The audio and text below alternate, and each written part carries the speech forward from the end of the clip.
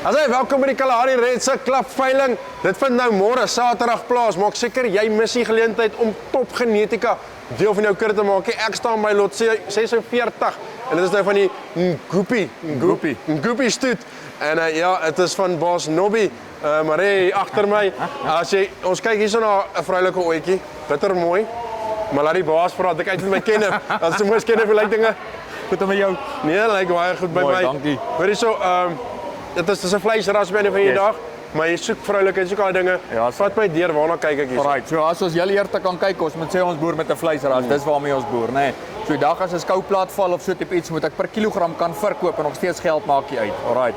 Maar sodra ek met 'n ooi wil kyk, waarna ek wil kyk, heel eerste ding is ek wil na vroulikheid kyk. En as jy na hierdie ooi gaan kyk, van haar neuspunte af oor haar neusbeen in haar kuif in reg na haar horings toe sien ek nog steeds die vroulikheid. Hierdie ooi beweeg nog steeds vir my 'n goeie wigvorm wat sy vir ons het. So hierso kan jy ook sien 'n goeie sprong van rib wat sy het. So sy kan haar kleintjies daar binnekant baie mooi baar en groot maak, nê.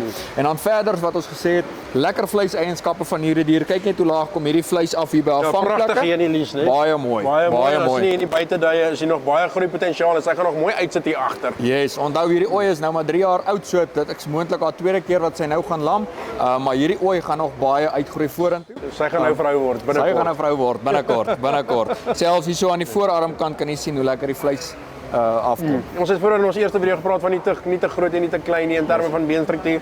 Sy is eintlik 'n baie mooi medium. Sy is baie mooi in balans, ja. Pragtige voorbeeld en dan sien ons sterk akke, sterk op die been. Sterk op die been, staan lekker op balans. Ek moet sê as ek so na kyk, as jy nie 'n lekker balans op haar en is lekker om so na te kyk. Dit is baie lekker. Hierdie ooi staan sterk op haar bene. Hy staan vierkantig op al haar 4 voete wat vir ons baie belangrik is daar rondom. Partykeer kry 'n mens dat die diere 'n bietjie beenfoute of beenstruktuurfoute het en goed. Maar hierdie ooi staan vir ons baie mooi op al 4. Ek kan net sê ek kos raai net so 'n bietjie so na die kamera toe. Dan sien jy in haar bors lekker breed staan sy hierso. Yes. Nie te groot, nie te manlikie, maar as meer as genoeg pasie vir die longe en dit gaan gewoonlik as jy daar breed is, sien ons natuurlik. Jy sien dit reg deur. So sy het baie mooi borsprojeksie hierso. Sy's nie te plat nie, maar sy's ook nie vir ons te grof hierso nie, nê. So sy's vir ons baie mooi in balans, presies waar ons hierdie borsprojeksie wil hê. Borsprojeksie, ek gaan daai woord onthou. Dis my volgende woord.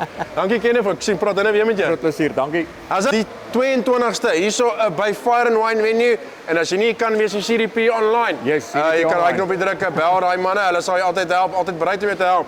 Pragtig gooi op lot 46. Moet hom nie mis nie.